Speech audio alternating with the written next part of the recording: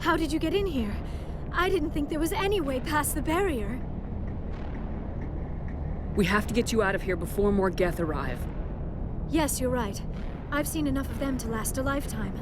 That button should shut down my containment field.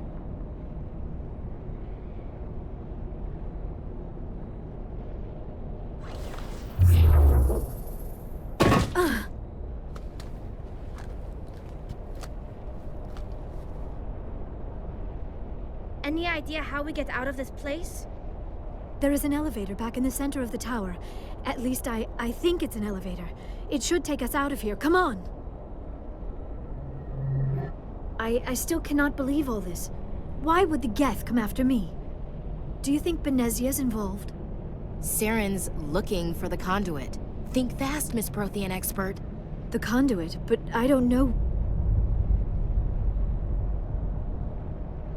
What the hell was that?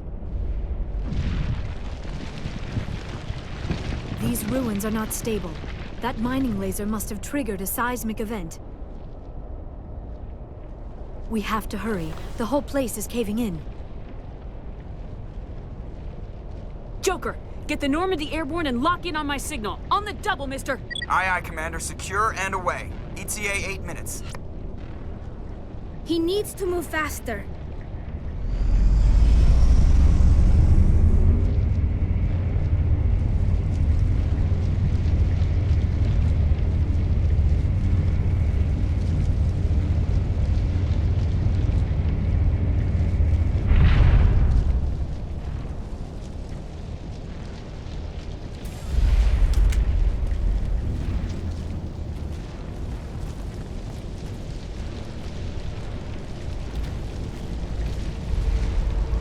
Surrender. Or don't. That would be more fun. In case you didn't notice, this place is falling apart. Exhilarating, isn't it? Thanks for getting rid of those energy fields for us. Hand the doctor over. Whatever it is you want, you are not getting it from me. She'll stay with us, thanks. Not an option. Saren wants her, and he always gets what he wants. Kill them. Spare the Asari if you can. If not, doesn't matter.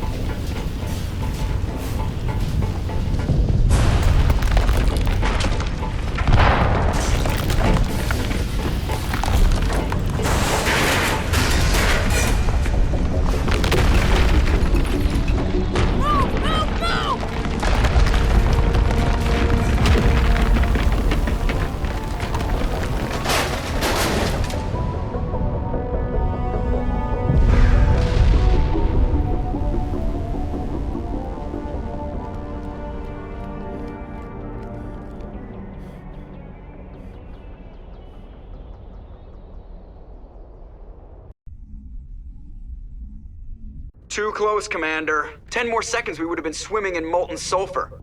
The Normandy isn't equipped to land in exploding volcanoes. They tend to fry our sensors and melt our hull. Just for future reference.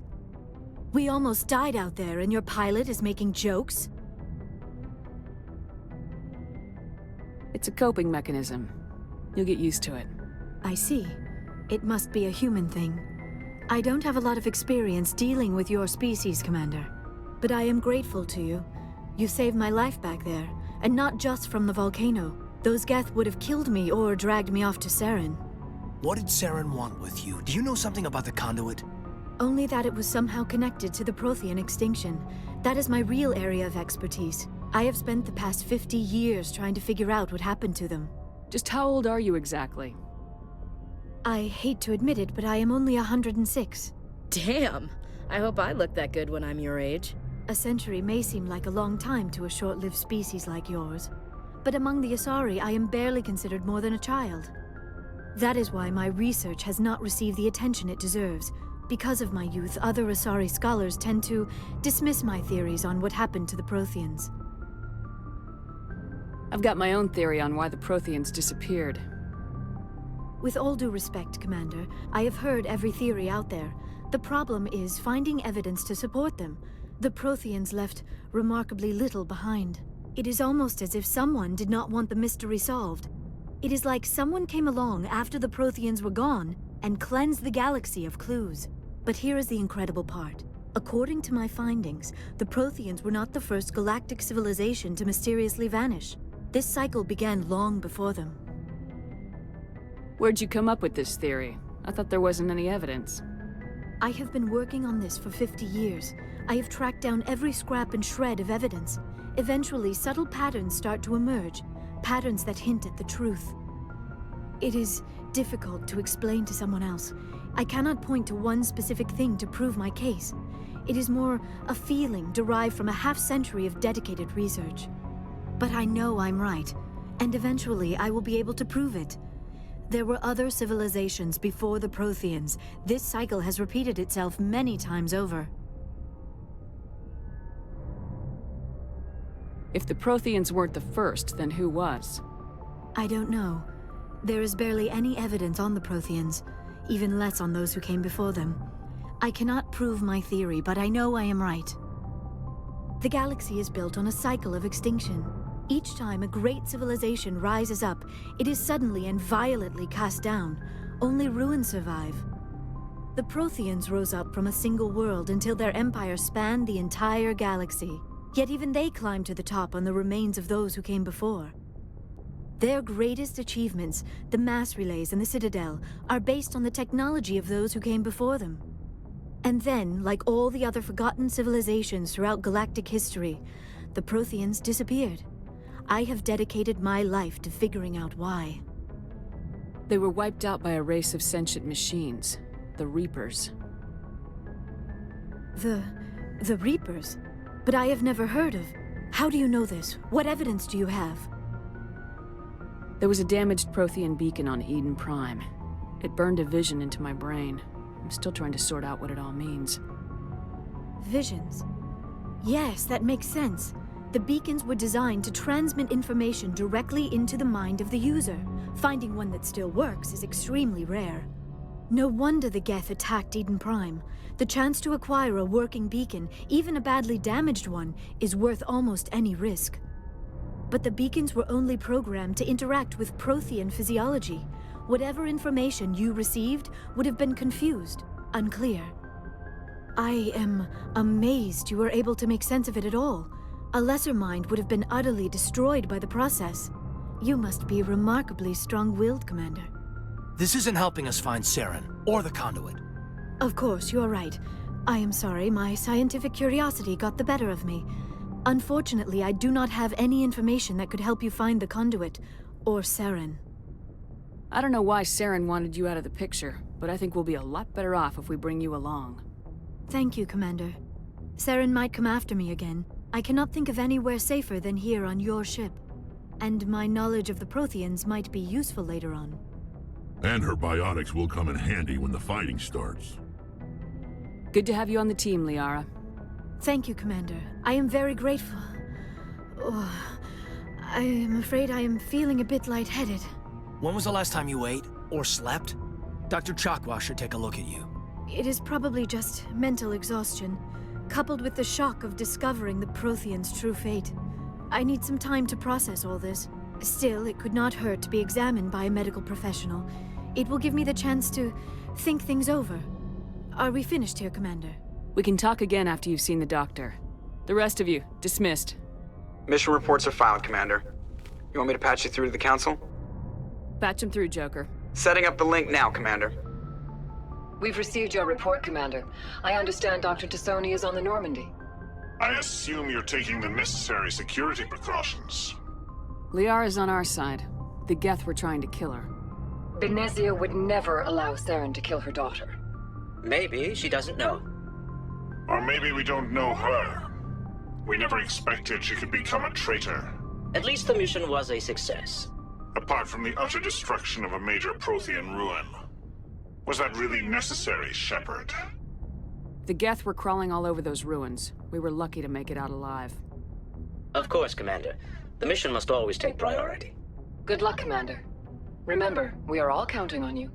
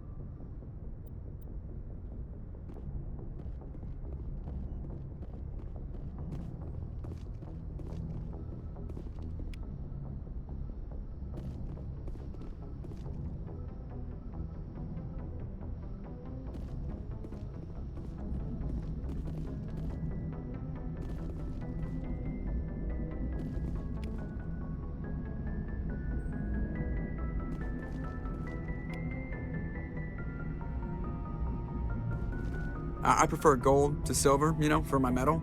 I figured you'd recommend me for one since I, pulled your boots out of the fire. If we present you with a medal, you'll end up sitting on stage listening to politicians make speeches for a couple of hours. That's a good point. They'd probably make me shave, too. I spent the last 7 weeks working on this baby. No medal's worth that. So, Commander, why don't you tell me why you're really here? I like to know my crew. Mind if I ask you a few questions? I can see where this is going. You did a background check on me, didn't you? Well, I'll tell you the same thing I told the captain. You want me as your pilot. I'm not good. I'm not even great. I am the best damn helmsman in the Alliance fleet. Top of my class in flight school, I earned that. All those commendations in my file, I earned every single one. Those weren't given to me as charity for my disease. I'm sorry, Joker. I didn't even know you were sick. You mean you didn't know? Oh, crap. Okay, I've got Vrolik syndrome, brittle bone disease. The bones in my legs never develop properly. They're basically hollow, too much force and they'll shatter. Even with crutches and my leg braces, it's hard to get around. One wrong step and crack! It's very dramatic, but I've learned to manage my condition, Commander. Put the Normandy in my hands and I'll make her dance for you. Just don't ask me to get up and dance unless, you know, you like the sound of snapping shin bones. How'd you end up joining the Alliance? Look, if you're looking for an inspirational tale of the crippled kid overcoming impossible odds, you're gonna be disappointed. My mother was a civilian contractor working for the Alliance. I basically grew up on the Arcturus station back when they were building up the fleets. Spend all that time around Alliance ships, there's a good chance you'll end up going to the Academy. I need to know more about this Rolex syndrome if I'm putting my ship in your hands. Yeah, of course you do.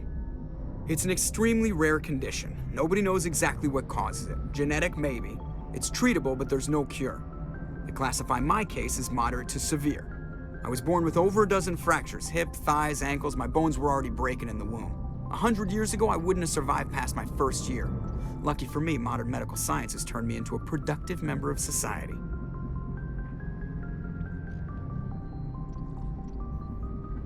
You're not gonna break a bone trying to fly the ship, are you?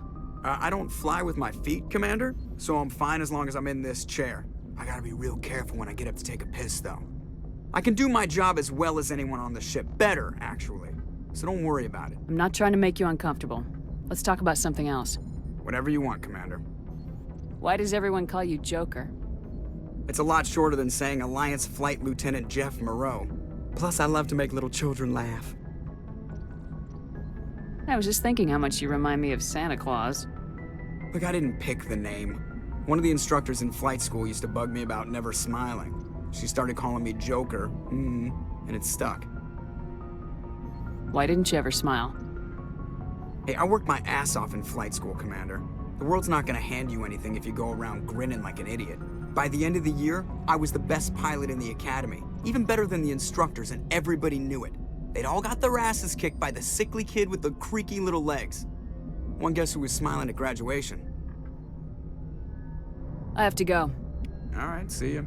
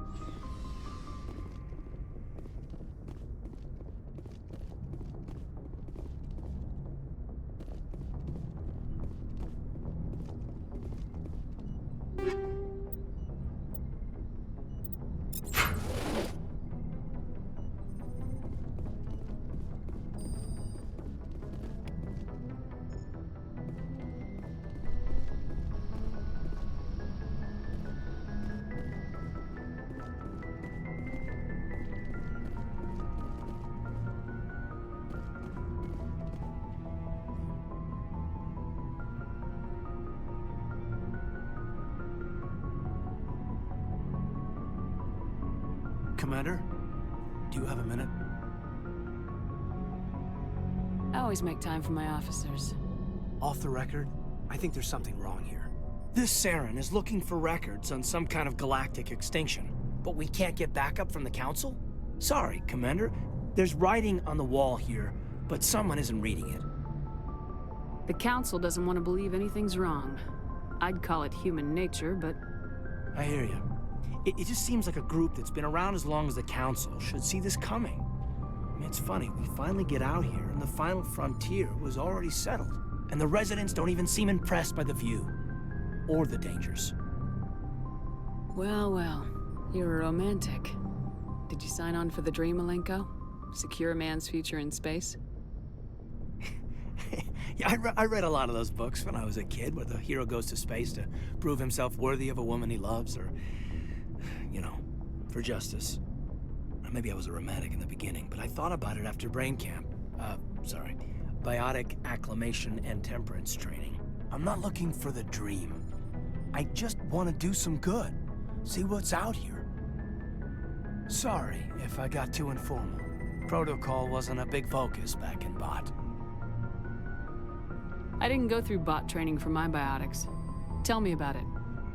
Biotic acclimation and temperance didn't last past the airlock. To the kids they hauled in, it was brain camp. Sorry, hauled in is unkind. We were encouraged to commit to an evaluation of our abilities so an understanding of biotics could be compiled.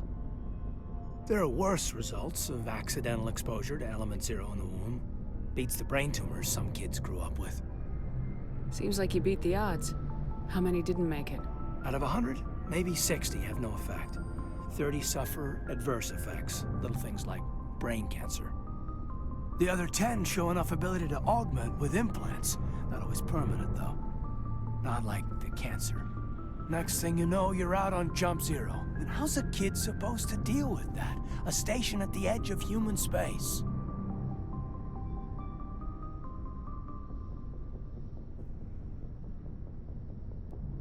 You know of any intentional exposures for certain? No one knows. Doesn't mean they didn't happen. As big as the exposures were, it was hard to track down accidentals. It was different then. No one knew the potential, so there wasn't a lot of regulation. Anything Kinetics did was gold. I'm not saying they intentionally detonated drives over our outposts, but in retrospect, they were damn quick on the scene. Jump Zero is Gagarin Station, right? What's it like? Yeah, that's the official name. Biggest and farthest facility we had for decades. Right on the termination shock, the outer edge of the solar system. It's where they did all the Goose Chase FTL research before we caught on to using mass effect fields. It was a sterile research platform when I was there. There were other kids in the same boat, right? At least you weren't alone out there. That's true. We did have a little circle that'd get together every night before lights out. We didn't have much to do, though. It was a research platform then, and Kinetics kept Jump Zero off the extranet to prevent leaks. And you must have had plenty of time to get to know each other. Yeah, we'd sit around and bull every night after dinner, play cards or network games. There was this girl named Rana, who had a little circle grow up around her. She was from Turkey. Her family was very rich. But she was smart and charming as hell. Beautiful, but not stuck up about it. Like you, I guess. Ma'am. Sounds like she was special to you. She was. Maybe she felt the same. But things never felt together. Training, you know. Jump Zero's a long way from home. What was it like?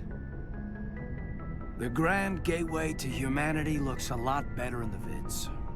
Anyway, this was supposed to be a casual debrief, not a bull session about stuff that happened years ago.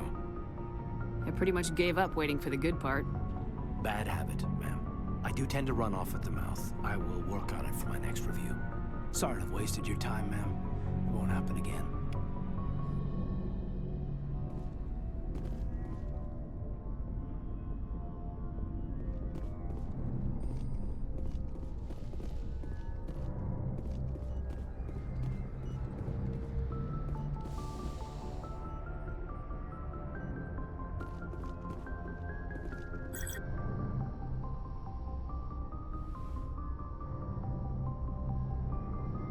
Commander, are you coming to check up on me?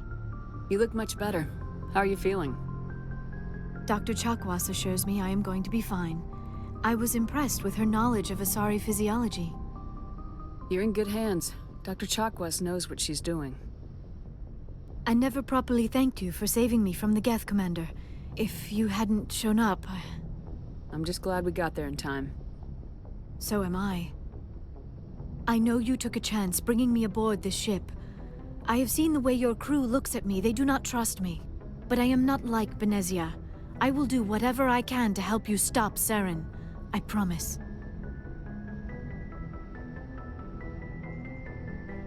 Don't worry, Liara. I trust you. I know you won't let me down. It means a lot to hear you say that, Commander. Thank you. Do you know why Benezia joined up with Saren? I don't understand it. She was always outspoken about the need for the Asari to become more involved in shaping galactic events. Maybe she thought allying herself with Saren would somehow be for the greater good in the long run. At least I hope so.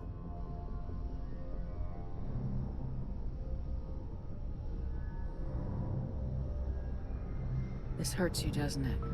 None of this makes any sense to me. I have not spoken to Benezia in many years, but I know her, and this was not like her. Something changed.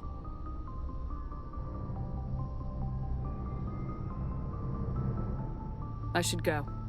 Goodbye, Commander.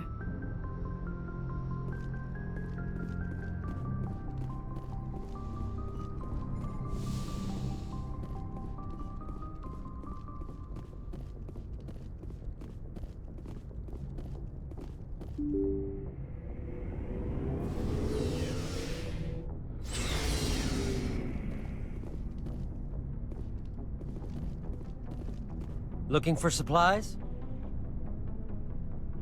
Let's see what you got. You bet, Commander.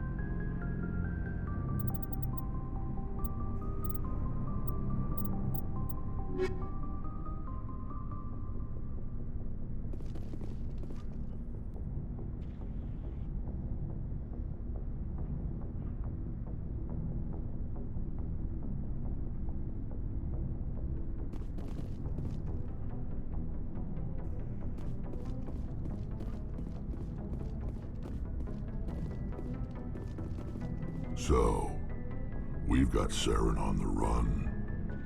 It won't be long now. Saren's good, but I'm better. Good. He's rotten. To the core. I could tell as soon as I met him. Why didn't you tell me this sooner? I would've if I thought it was important. I think I'd like to hear about it just the same. This was a while ago. A bunch of mercs were bragging about a job out near the edges of the Terminus systems. They said it paid well and the boss was never around to ride them. They said he was looking for more men, too. So I checked it out. I didn't know Saren was openly recruiting mercs. It wasn't that open, and he only showed his face once. We'd been raiding ships in the area for months when we took out this massive cargo freighter. Our biggest haul yet. I was on board checking bodies for valuables, looking for some extra credits. That's when I saw him. What did Saren want with the ship? I don't know what he wanted. He was just moving through the ship, watching. Couple of the mercs called him by name, but he never spoke to them. Never spoke to anyone. I had a really bad feeling about him, so I got the hell out. Didn't even wait to get paid.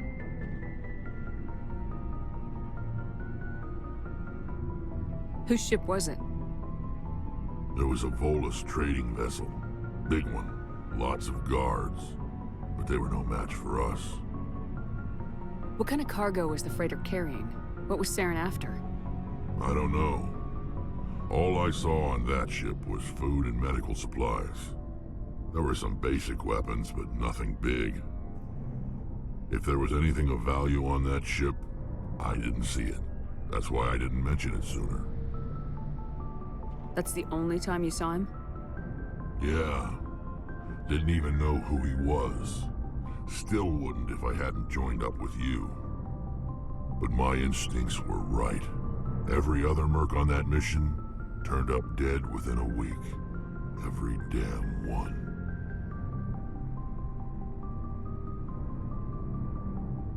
So long, Rex. Shepard.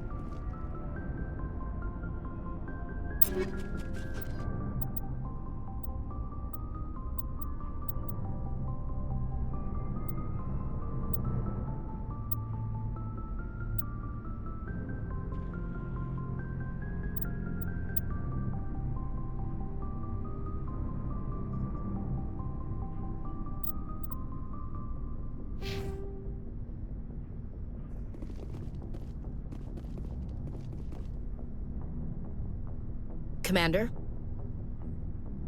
What's your opinion of the last mission? Not sure I buy Dr. Tassoni's story about her and her mom not talking. They're family, right?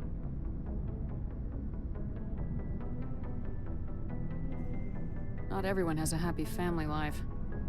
I know, but I'm not gonna bet she's on our side just because Benezia didn't hug her enough. I'll keep an eye on her. Too bad those ruins got destroyed. I mean, they lasted thousands of years. That's impressive. Do you have a few minutes to talk? One-on-one? Sure. I was hoping to get a minute of your time off the record. I keep an open door policy. If you have any concerns, lay them on me. All right. I know things are different aboard the Normandy, but I'm concerned about the aliens, Vicarian and Rex. With all due respect, Commander, should they have full access to the ship? They may not serve the Alliance, Chief, but they're allies. At least as far as Saren goes. This is the most advanced ship in the Alliance Navy. I don't think we should give them free rein to poke around the vital systems. Engines, sensors, weapons.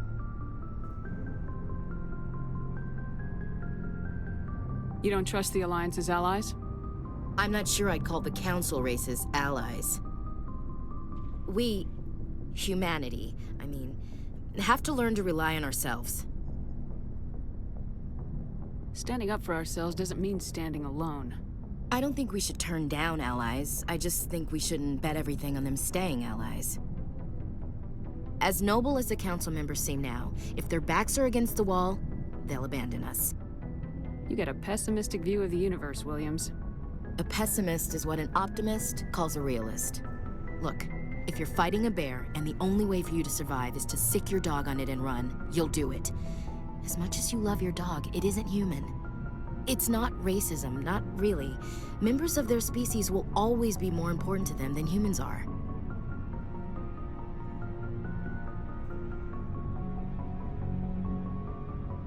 These seem like deeply held beliefs, Williams. What made you think this way?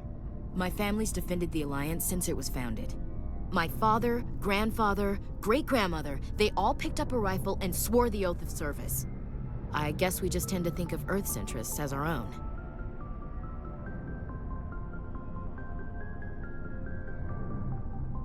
I come from a military family, too. My parents were both Navy. Anybody in your family we might know? Couldn't say, Commander. We probably have a lot in common. You join up to carry on the tradition? Mainly I wanted to serve. Protect the Alliance, save lives, you know? Glad to hear it. I'd hate to think you were out here for a free college education. It doesn't sound like you've worked with aliens before. No, ma'am. Mainly I've been groundside, part of the surface garrison forces. I did get a rotation on a space station for training. Every Marine a rifleman, every rifleman ZG certified. That's odd. Your record is spotless and your technical scores are exemplary. You should be serving with the fleet. Anyway, that's why I haven't served with many aliens, Commander. All right, I can see where your concerns are coming from, Williams. But this is a multilateral mission. You're gonna have to work with aliens, like it or not. It won't be a problem, Commander. You say jump, I say how high. You tell me to kiss a Turian, I'll ask which cheek. I don't think kissing Turians will be necessary. You never know, Commander. Dismissed, Chief. Ma'am.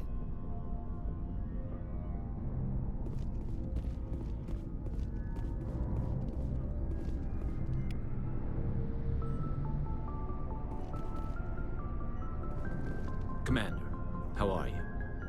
Why did you want to be a C-Sec officer in the first place? That's a good question. There were several reasons, I guess. Like what? Probably the same as most officers. I wanted to fight injustice, wanted to help people. I guess my father had something to do with it too. He was C-Sec, one of the best. I grew up hearing about his accomplishments or seeing his picture on the vids after a big arrest. He's taking my resignation pretty hard. He's not impressed that you're going after Saren? My father's a C-Sec man to the bone. Do things right or don't do them at all, he says. He thinks I'm being too rash, too impatient. He's worried I'll become just like Saren. He actually talked me out of becoming a Spectre when I was younger, for the same reasons. You were asked to be a Spectre. Well, I was targeted as a possible Spectre candidate, me and about 1,000 other Turian military recruits. I could have received special training, but my father didn't like it. He despises the Spectres. He hates the idea of someone having unlimited power with no accountability. He wouldn't like you, Commander. No offense. Not all Spectres are like Saren, you know. Of course not. But Saren's not going to play by our rules, C-Sec's rules. If you want to nail Saren, you need to send someone who isn't restricted by policies and procedures. Just because you can break the rules doesn't mean you should. I don't need to stoop to Saren's level to stop him. And neither do you, Garrus.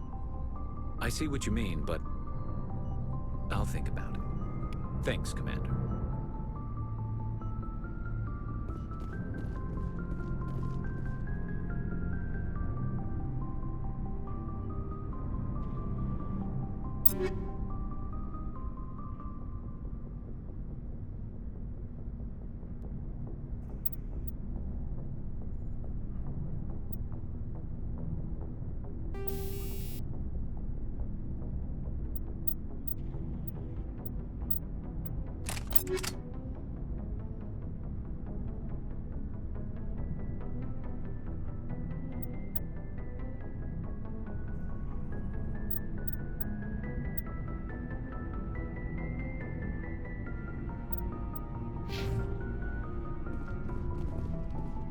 Looking for supplies? Let's see what you got. You bet, Commander.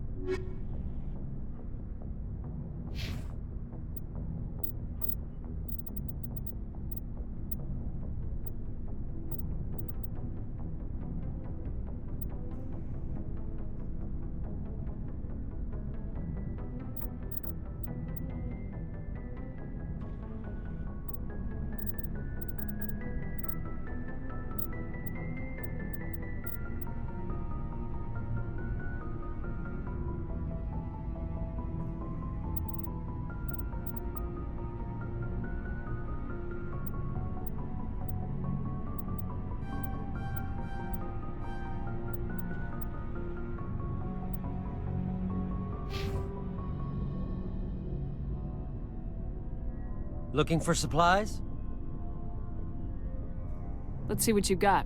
You bet, Commander.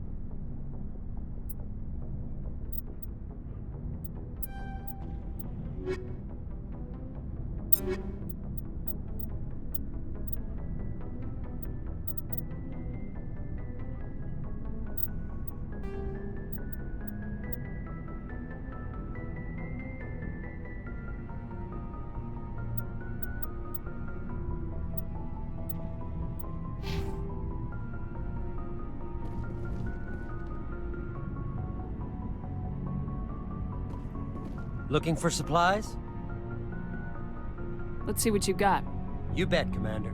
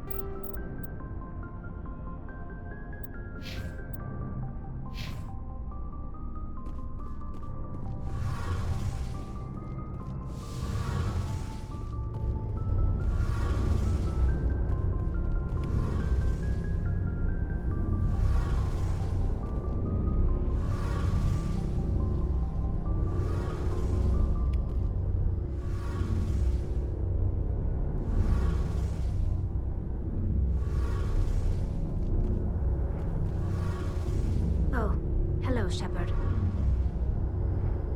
Are you okay? I don't know. Your ship is amazing, and your crew's been really great to me. Especially your chief engineer. But I just sort of feel out of place. The Normandy runs so smooth, it feels like we're not even moving. And the engines are so quiet. How do you sleep at night? The silence wakes you up? Back on the flotilla, the last thing you want to hear is silence. It means an engine's died or an air filter shut down. I guess you don't have to worry about that here. But old habits die hard. But it's more than just the silence. This ship feels so empty. It's like half the crew is missing. Back home, I couldn't wait to go on my pilgrimage. I couldn't wait to get away from the crowds. Now that I'm out here, kind of miss them. Sometimes we don't appreciate what we have till it's gone. That's true. I'm starting to wonder if that's what the pilgrimage is really about. It's given me a whole new perspective on my people and our culture. You know, there's always a few who go on their pilgrimages and never return. I always assumed something bad happened to them, but maybe they just wanted a different life.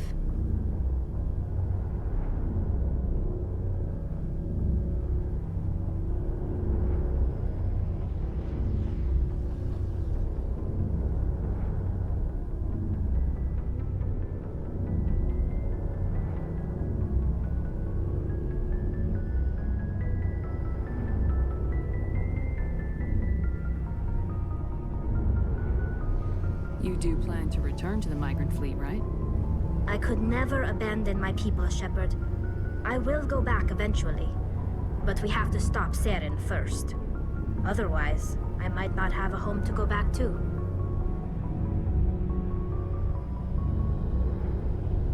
I want to know more about the Geth. I doubt I can tell you anything you don't already know. It's been almost 3 centuries since they drove my people into exile. All I know is the story of their origins, what they were when we created them, and how they turned on us. Interesting. The Geth were originally created to serve as an automated manual labor force. Initially, their intelligence was as limited as any VI. Over time, we made small modifications to their programming to allow them to perform more varied and complex tasks, bringing them closer and closer to true AI status.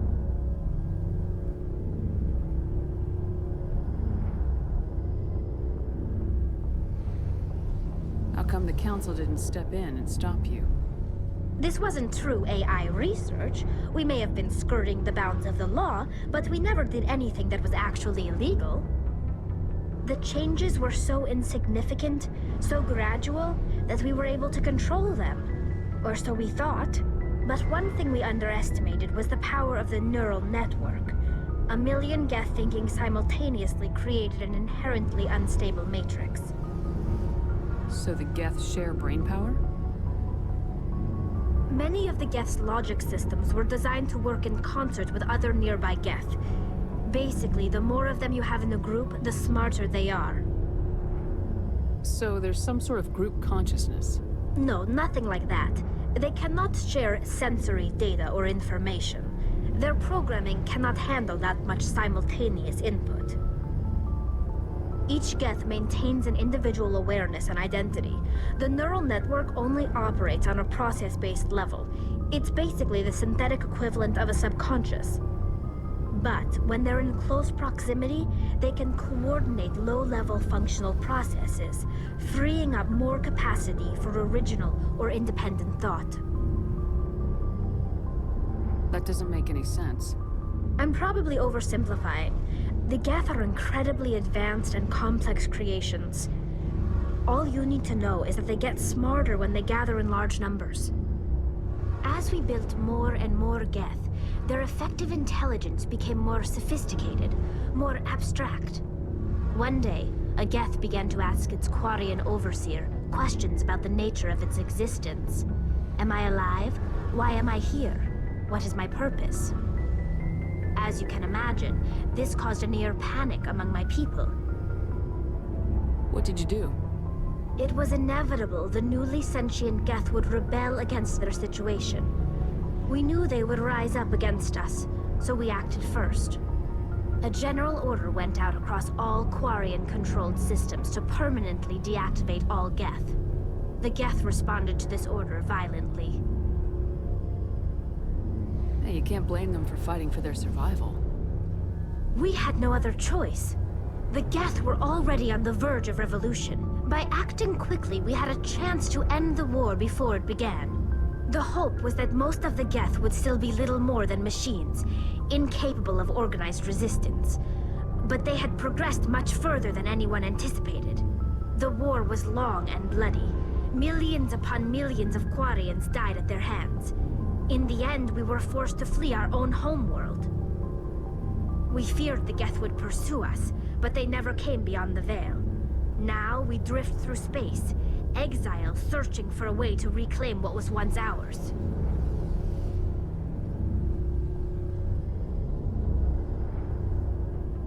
It's hard to feel sorry for you. Your ancestors tried to wipe out another species. We made a mistake when we created the Geth in the first place, but we did not make a mistake when we went to war against them. If we had not acted, they would have wiped us out. They're a synthetic life form. They have no use for organics. None. Why do you think they cut themselves off from the rest of the galaxy? Why do you think they've killed every organic being who's ever tried to contact them? They didn't kill Saren. What does that tell you? The Geth are not innocent victims in all this. They're the enemy. They want to destroy us. Not just the Quarians. All organic life. That's why they've joined up with Saren. And that's why we have to stop him. Tell me about your people. Our lives aren't easy. Resources are scarce, and we are constantly on the move. Everything we do must in some way contribute to the continuation of the migrant fleet. There are 17 million Quarians in the flotilla, and each of us relies on the others for survival. The bonds among my people are strong. Unfortunately, we have had to surrender many of the freedoms and civil liberties other species take for granted. What kind of freedoms? Well, it's illegal for parents to have more than one child. If our population grows too much, it would strain our resources to their breaking point. Of course, we also can't allow our numbers to become too few. If our population is in decline, the rule against single births is temporarily repealed. In extreme cases of population decline, incentives are even offered to encourage multiple births, though the Conclave hasn't had to take such measures in nearly a century. That's your government. The Conclave is our civilian branch of government. Each ship can elect a representative to serve on the Conclave and make decisions that affect the fleet as a whole. On matters that affect an individual ship, however, the captain has the final say. It's a tradition that dates back to the early days, when the fleet was governed by martial law. Fortunately, most captains nowadays are smart enough to have an elected council from their crew to give them advice and guidance. So the ultimate power rests with elected officials? In practice, the Conclave and the respective council for each ship tend to set the rules that govern our daily lives. But in theory, we are still under military jurisdiction. The 5 top-ranking military officials in the fleet serve on the Admiralty Board. These 5 have the power to overrule any decision by the Conclave in case of emergency. To do so requires unanimous agreement among the Admiralty, and they can only do this once. After that, the entire board must resign their posts. It's a safeguard that served us well. In nearly 3 centuries, the Admiralty Board has only overruled the Conclave 4 times. I should go. See you later.